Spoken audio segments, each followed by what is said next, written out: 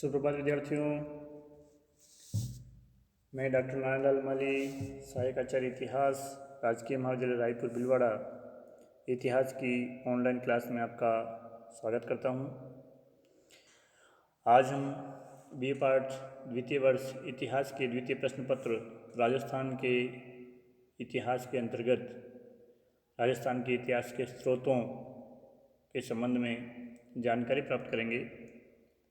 हमारा पिछला वीडियो राजस्थान के इतिहास के पुरातात्विक स्रोतों के संबंध में था।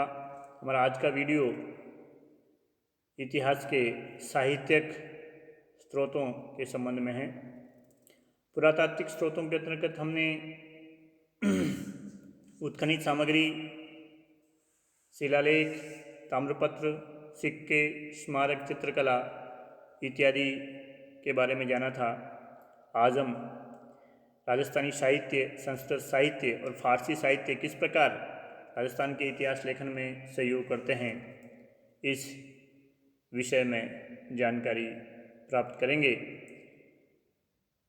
जो समसामयिक रचनाएं और उसके बाद की रचनाएं हमें विभिन्न भाषाओं में प्राप्त होती है, वह तत्कालीन राजनीतिक, धार्मिक, सामाजिक, आर्थिक, सांस्कृतिक जनजीवन पर व्यापक प्रकाश डालती है। वैसे अधिकांश रचनाएं राज्याश्रित होने के कारण उनमें शासकों का अतिशयोक्तिपूर्ण वर्णन मिलता है, फिर भी इतिहास लेखन में ये उपयोगी है और हमें सावधानी से इनका अध्ययन करते हुए इतिहास के निर्माण में इनका सहयोग लेना चाहिए। सर्वप्रथम देखते हैं ऐसे कौन से संस्कृत ग्रंथ है, रचनाएं हैं जो हमें इतिहास लेखन में सहयोग करती है। संस्कृत का ये साहित्य हमें अनूप संस्कृत पुस्तकालय बीकानेर, पुस्तक प्रकाश केंद्र जोधपुर, प्राच्य विद्या प्रतिष्ठान जोधपुर, साहित्य संस्थान उदयपुर, प्रताप शोध संस्थान उदयपुर, नटनागर शोध संस्थान सीतामऊ इत्यादि से प्राप्त होते हैं। सर्वप्रथम हम देखते हैं पृथ्वीराज विजय को। जयानक द्वारा रचित पृथ्वीराज विजय नामक महाकाव्य सपाद लक्ष्य के चौहानों के संबंध में हमें जानकारी उपलब्ध करवाता है। चौहानों की उत्पत्ति, चौहान साम्राज्य और पृथ्वीराज तृतीय के बारे में हमें इस महाकाव्य से महत्वपूर्ण जानकारी प्राप्त होती है।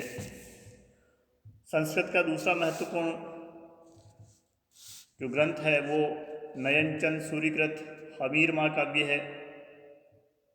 हमीर महाकाव्य से हमें रणथंभौर के चौहानों का ज्ञान प्राप्त होता है, विशेष तौर से हमीर देव चौहान, जिसका कि अलाउद्दीन खिलजी के साथ 1301 ईस्वी में संघर्ष हुआ था और जो शरणागत रक्षा के लिए प्रसिद्ध था, उसके जीवन और कार्यों पर यह हमीर महाकाव्य प्रकाश डालता है। राज रत्नाकर सदाशिव का ग्रंथ है, जिसमें महाराणा राज सिंह कालीन मेवाड़ के इतिहास के साथ साथ उनसे पूर्व के शासकों के जीवन और शासन कार्यों पर प्रकाश पड़ता है। राजवल्लभ नामक ग्रंथ मंडन द्वारा रचित है। मंडन महाराणा कुंभा का मुख्य शिल्पी था। इस ग्रंथ से हमें तत्कालीन समय में नगर का निर्माण करते समय किन किन चीज़ों का ध्यान रखना चाहिए, नगर निर्माण की विभिन्न शैलियाँ कौन कौन सी थी इत्यादि पर प्रकाश पड़ता है। अमरसार जीवधर द्वारा रचित काव्य ग्रंथ है। इस काव्य ग्रंथ से महाराणा प्रताप, महाराणा अमर सिंह व महाराणा कर्ण सिंह के शासनकाल की जानकारी हमें प्राप्त होती है। इसके साथ ही तत्कालीन जनजीवन के विभिन्न पक्षों के बारे में भी यह ग्रंथ हमें महत्वपूर्ण अध्ययन सामग्री उपलब्ध करवाता है। एकलिंग महात्म्य, जिसके रचयिता कान्य व्यास माने जाते हैं, इसमें हमें मेवाड़ महाराणाओं की वंशावली के साथ साथ उनके आराध्य देव एकलिंग नाथ के विषय में भी जानकारी प्राप्त होती है। जय सोम कृत करमचंद वंशोत्कीर्तनकम काव्यम, बीकानेर के इतिहास की जानकारी के लिए महत्वपूर्ण है। 16वीं शताब्दी में बीकानेर के शासकों के वैभव, विद्यानुराग, निर्माण कार्यों, शासन कार्यों इत्यादि पर इस काव्य से प्रकाश पड़ता है। जगत सिंह काव्य रघुनाथ द्वारा रचित है।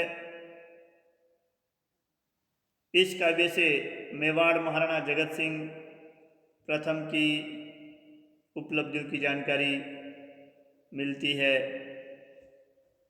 रणछोड़ भट्ट, जो कि महाराणा राज सिंह का समकालीन था, कि अमर काव्य वंशावली नामक काव्य से मेवाड़ के प्रारंभिक शासकों बापा से लेकर राज सिंह यानी 1680 तक मेवाड़ के राजनीतिक इतिहास की जानकारी मिलती है। अजितोदय भट्ट जगजीवन की रचना है। अजितोदय से मारवाड़ के शासक अजीत सिंह के शासनकाल, उनके शासनकाल के दौरान मुगल मारवाड़ संबंधों, राजपूती परंपराओं, विचारधारा एवं सामाजिक संस्कारों की जानकारी मिलती है। जैसलमेर के शासकों की उपलब्धियों का ज्ञान हमें भट्टी काव्य से होता है। जैसलमेर के भाटी शासकों की जानकारी हमें यह ग्रंथ देता है। राज विनोद भट्ट सदाशिव की रचना है। इससे हमें 16वीं शताब्दी के सामाजिक, आर्थिक व सैनिक जीवन की जानकारी प्राप्त होती है। इस प्रकार संस्कृत साहित्य की यह अमूल्य रचनाएं हमें तत्कालीन इतिहास को जानने में महत्वपूर्ण सहायता करती है। राजस्थानी साहित्य की ऐसी गद्य पद्य रचनाएं जो हमें रासो, विलास, प्रकाश, ख्यात इत्यादि के रूप में मिलती है, राजस्थान के इतिहास पर प्रकाश डालती है। कुछ महत्वपूर्ण रचनाओं की जानकारी हम यहाँ प्राप्त करेंगे। अचलदास खींचीरी वचनिका शिवदास गार्डन की महत्वपूर्ण रचना है, जो कि चंपू काव्य शैली में वीर रसात्मक शैली में रची गई है। चंपू काव्य माने गद्य पद्य मिश्रित। इस काव्य से हमें गागरोन के खींची शासक अचलदास और मुल्तान के शासक होशंग शाह गौरी के मध्य हुए 1423 ईस्वी के युद्ध का ज्ञान प्राप्त होता है। राव जेतसिरो छंद बीठू सूजा की रचना है। यह हमें बीकानेर के शासक राव बीका, राव लूणकरण और राव जेतसिंह के युद्ध अभियानों और विजयों की जानकारी देता है। हाँ, सूरज प्रकाश करणीदान की रचना है। करणीदान जोधपुर महाराजा अभय सिंह का दरबारी कवि था। इस ग्रंथ से हमें जसवंत सिंह, अजीत सिंह और अभय सिंह के शासनकाल की राजनीतिक घटनाओं, सामाजिक परंपराओं एवं आर्थिक गतिविधियों की जानकारी मिलती है। राजप्रकाश किशोरदास की रचना है। इस ग्रंथ से हमें मेवाड़ राजवंश की उत्पत्ति, महाराणा राज सिंह के विजय अभियान, उनकी टीका दौड़, 1615 ईस्वी की मेवाड़ मुगल संधि जो कि महाराणा अमर सिंह और जहांगीर के शासनकाल में खुर्रम के मध्य हुई थी, इत्यादि पर प्रकाश पड़ता है। राजरूपक रत्नोच्चारण की रचना है। इस काव्य रचना से हमें जोधपुर के महाराजा अजीत सिंह के जन्म, बाल्यकाल, शिक्षा, शाहजादे अकबर और राजपूतों के मध्य संधि, अकबर के विद्रोह इत्यादि का ज्ञान प्राप्त होता है। पद्मावत मलिक मोहम्मद जायसी की रचना है। इस रचना से हमें अलाउद्दीन के चित्तौड़ आक्रमण की जानकारी मिलती है। बाबू प्रकाश मोड़ा आशिया की रचना है, जिससे हमें लोक देवता बाबू जी के जीवन चरित्र की जानकारी मिलती है। साथ ही इसे राजस्थानी संस्कृति पर भी प्रकाश पड़ता है। जसवंत विलास दलपत मिश्र की रचना है, जिसमें हमें महाराजा जसवंत सिंह के साथ साथ राव जोधा, राव सातल, राव सूजम, राव गंगा की उपलब्धियों का ज्ञान प्राप्त होता है। जगविलास कवि नंदराम की इस रचना से हमें मेवाड़ महाराणा जगत सिंह द्वितीय के शासनकाल की जानकारी प्राप्त होती है। बुद्धि विलास बखतराम शाह की इस रचना में जयपुर नगर की स्थापना का आंखों देखा वर्णन हमें प्राप्त होता है। कृष्णा आडा का भीम विलास महाराणा भीम सिंह कालीन मेवाड़ की राजनीतिक एवं सैनिक स्थिति पर प्रकाश डालता है। इसके अलावा भी अन्य कई ग्रंथ हैं जो हमें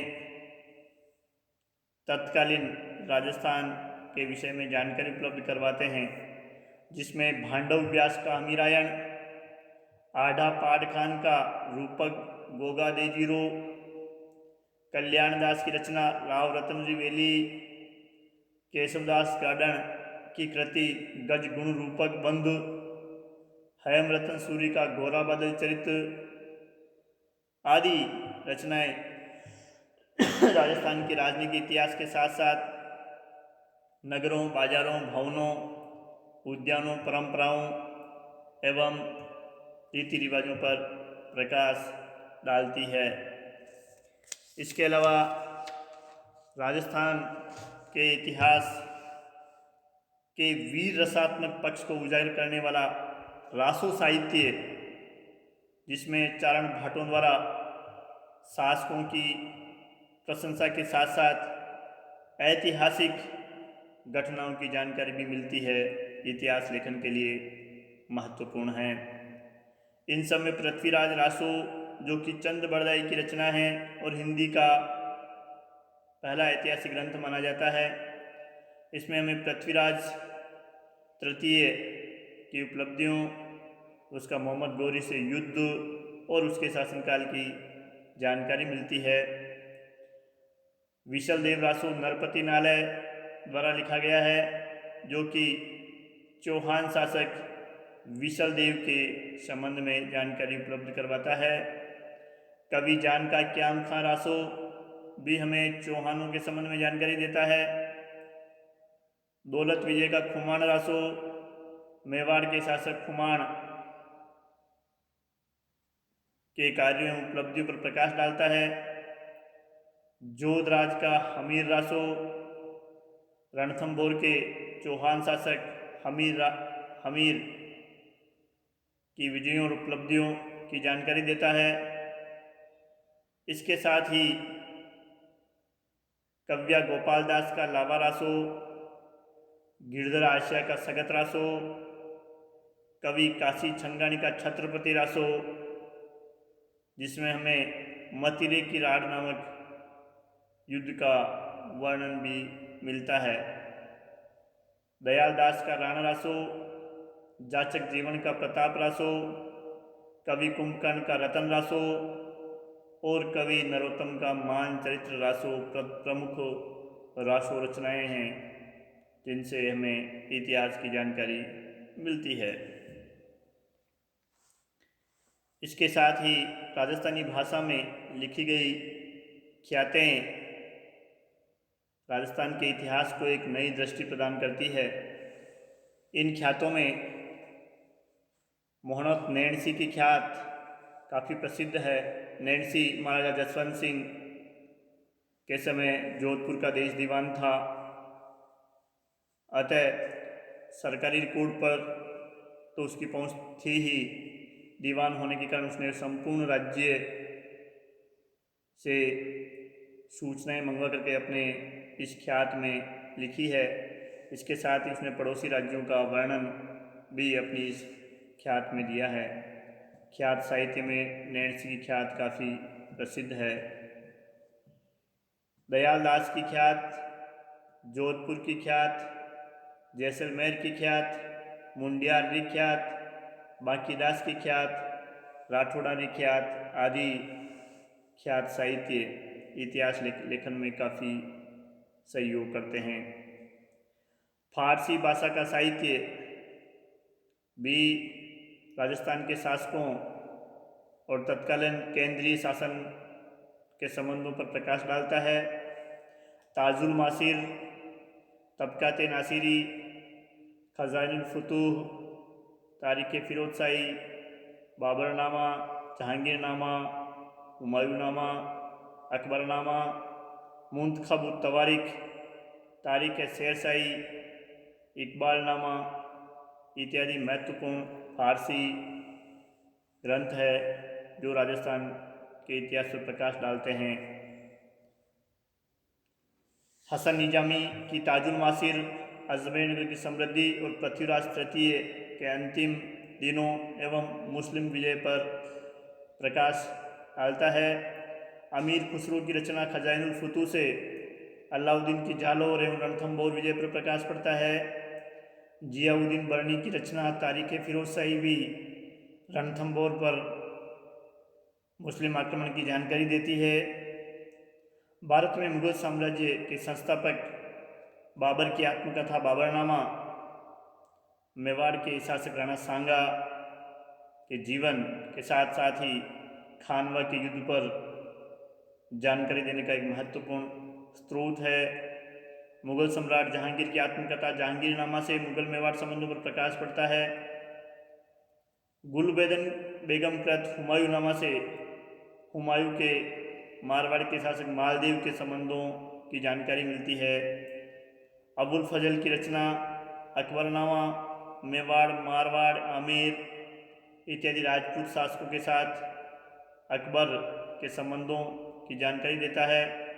बदायूनी, जिसने अपनी रचना मुंतखब तवारीख में हल्दी घाटी के युद्ध का आंखों देखा हाल लिखा, भी राजस्थान के इतिहास पर कुछ प्रकाश डालता है।